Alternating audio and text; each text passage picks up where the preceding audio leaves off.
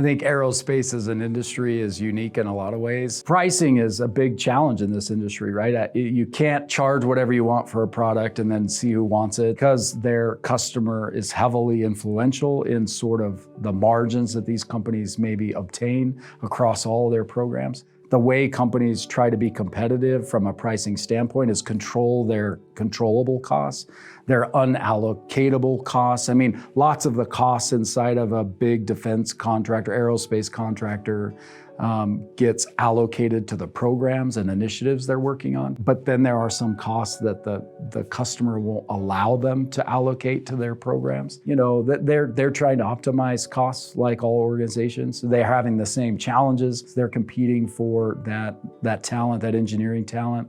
That talent is expensive and it's scarce.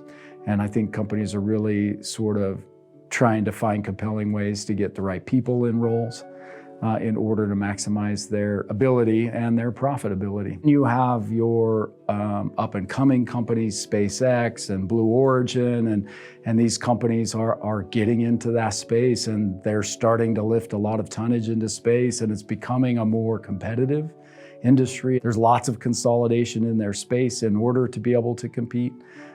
And then there's a lot of collaboration too. We think about business acumen is in a sales process. How do you get to market? And we use that to understand partners and customers, to align to create value, use our understanding of their business. But because in aerospace, they're not making products for a market, all of it is a collaborative business planning process. They do it together with the customer. But if you think about that as a partnership where you trust each other and you're working towards a common goal together, some sort of a common thing, but that you're mindful that you're trying to do it in the most economical way possible, that you're trying to, accomplish the mission objectives, but also meet shareholder objectives to be profitable and create value for them.